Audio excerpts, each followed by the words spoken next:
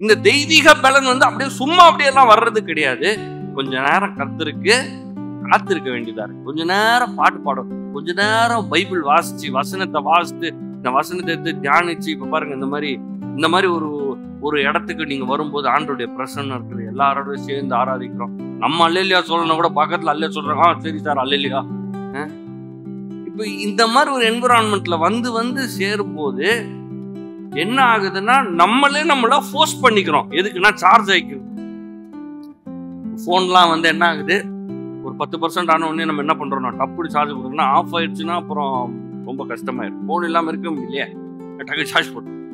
அது மாதிரி உங்களுடைய லைஃப்ல நீங்க சார்ஜ் போட்டு ட்ரெயின் ஆகிற வரைக்கும் விட்டுறாதீங்க. நிறைய நேரத்துல நம்ம போனை பாக்கெட்ல போட்டு நம்ம பாட்டுக்கு வேலையை பார்த்துட்டு இது பண்றோம். கடைசியில் அது ஆஃப் ஆகியே பல மணி நேரம் ஆயிட்டு இருக்கும். எனக்கு உங்களுக்கு ரொம்ப நேரமா கால் பண்ணிருக்கோம், அப்படியா போன் எப்பயோ ஆஃப் ஆயிட்டு இருக்கு. அது மாதிரி நம்ம லைஃப் ஆஃப் ஆனதுக்கு அப்புறம் கண்டுபிடிக்க கூடாது லைஃப் ஆஃப் ஆயிருச்சேன்னு. வாலிபனே உன் சிருஷ்டிகரை வாலிப பிரயாத்தில் நினைன்னு இருக்கு. அது என்ன அர்த்தம்னா, வாலிப காலத்திலேயே நல்லா நடக்கும் போது அப்பயே வந்து என்ன பண்ணணும், நல்லா ஃபுல் சார்ஜ் ஏத்திக்கணும். நம்மளுக்கு நல்லா இப்ப எல்லாம் என்னென்ன பெலன் இருக்குதோ அப்ப என்ன பண்றோம், இப்ப என்ன பண்றாங்கன்னா மக்கள் ஃபுல் பெலன் இருக்குது, ஃபுல்லா என்னென்ன செய்ய முடியுமோ செய்யறது, அப்புறம் டயர்ட் ஆயிடுறது. இங்க போட்டிருக்குது, கர்த்தருக்கு காத்திருக்கிறவர்கள் புது பெலன் அடைந்து.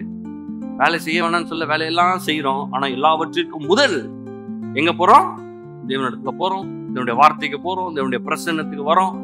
இதெல்லாம் செஞ்சு நம்மள சார்ஜ் ஏத்திக்கிட்டு அதுக்கப்புறம் என்ன பண்ண போறோம், அப்படியே உக்காந்துட்டு இருக்க போறது கிடையாது. கழுகுகளை போல செட்டைகளை அடித்து உயர பறக்க போறேன். இது எல்லாம் சார்ஜ் ஆகிறதுக்கு எதுக்கு, சூப்பர் ஃபாஸ்டா நம்ம போறதுக்கு. ரொம்ப ஸ்லோவா போயிட்டு இருக்கோம். இந்த உலகத்துல இவன் கொடுக்குற சம்பாத்தியத்துல கால்குலேட் பண்ணி பாருங்க, நீங்களே யோசிச்சு பாருங்களேன்.